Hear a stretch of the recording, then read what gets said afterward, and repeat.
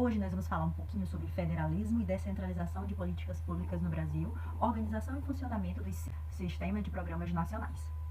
Para iniciar, vamos falar um pouquinho do conceito de federalismo e depois de descentralização, para que a gente venha a compreender qual que é a implicação disso nas políticas públicas no Brasil. Inicialmente, federalismo quer dizer a forma de Estado que o Brasil adotou. Em outras palavras, o nosso país ele é imenso, ele é um país de dimensões continentais. Por conta disso, somos divididos em unidades federativas. E essas unidades federativas, elas têm autonomia política e autonomia administrativa. E em relação à descentralização? A descentralização nada mais é do que a transferência de responsabilidades do governo central para as suas filiais, compreendidas aqui como unidades subnacionais, que é o termo que nós vamos anotar a partir de agora, tá?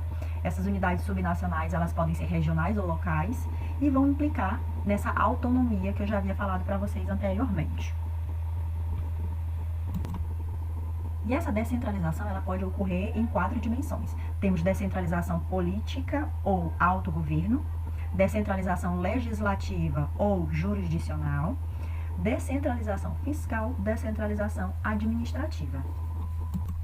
Tomando por base o mesmo conceito de descentralização que eu havia mencionado, e das dimensões que eu também citei anteriormente, Treisman, ele propôs esses tipos aqui de descentralização.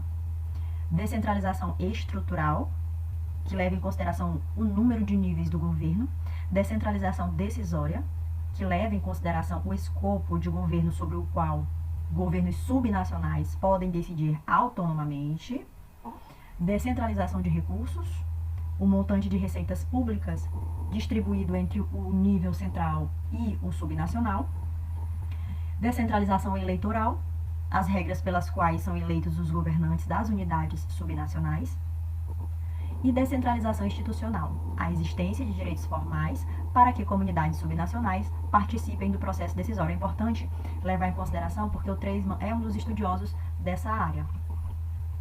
E aqui tem esse esquemazinho só para vocês fixarem melhor o que eu havia falado ainda há pouco sobre entidades políticas, entidades administrativas. E vamos passar agora para a organização e funcionamento dos sistemas de programas nacionais. Como eu havia falado no início, o Brasil é um país de dimensões continentais.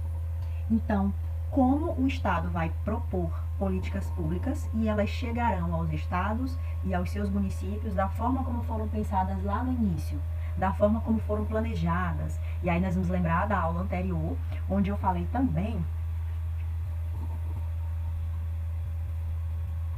sobre os ciclos das políticas públicas, né? Que vai desde o agendamento da agenda de políticas públicas até chegar na parte da avaliação e monitoramento. Então, como garantir que tudo isso chegue lá no município mais pobre, do interior de algum estado do Brasil? Como garantir que isso aconteça? E que elas cheguem com a mesma eficiência, por exemplo, de um estado mais rico da federação?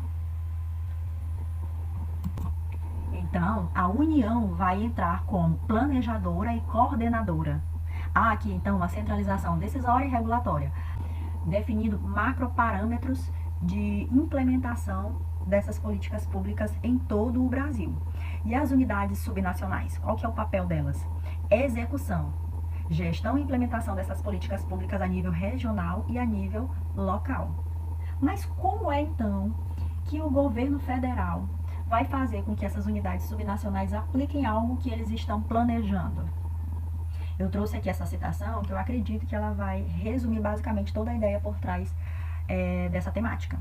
Primeiro, eu não vou ler toda a citação, gente. O objetivo aqui não é fazer uma aula de leitura, tá? Mas o governo ele vai planejar algumas estratégias para a adesão dessas unidades subnacionais. Primeiramente, o que é feito? São criados mecanismos de regulação e norma que vão definir os padrões nacionais para execução a nível local. E, em seguida, são desenvolvidos mecanismos para garantir a adesão de governos subnacionais. Como assim? De que forma isso é feito? Por meio da vinculação de receitas, transferências condicionadas a ofertas de programas e constituição de fundos específicos para o financiamento dessas políticas públicas. Então, o governo federal planeja, cria esses mecanismos de regulação, cria mecanismos de adesão e os estados, né, as unidades subnacionais, incluindo também os municípios, eles vão atuar como executores dessas políticas públicas, em contrapartida recebendo recursos para tal.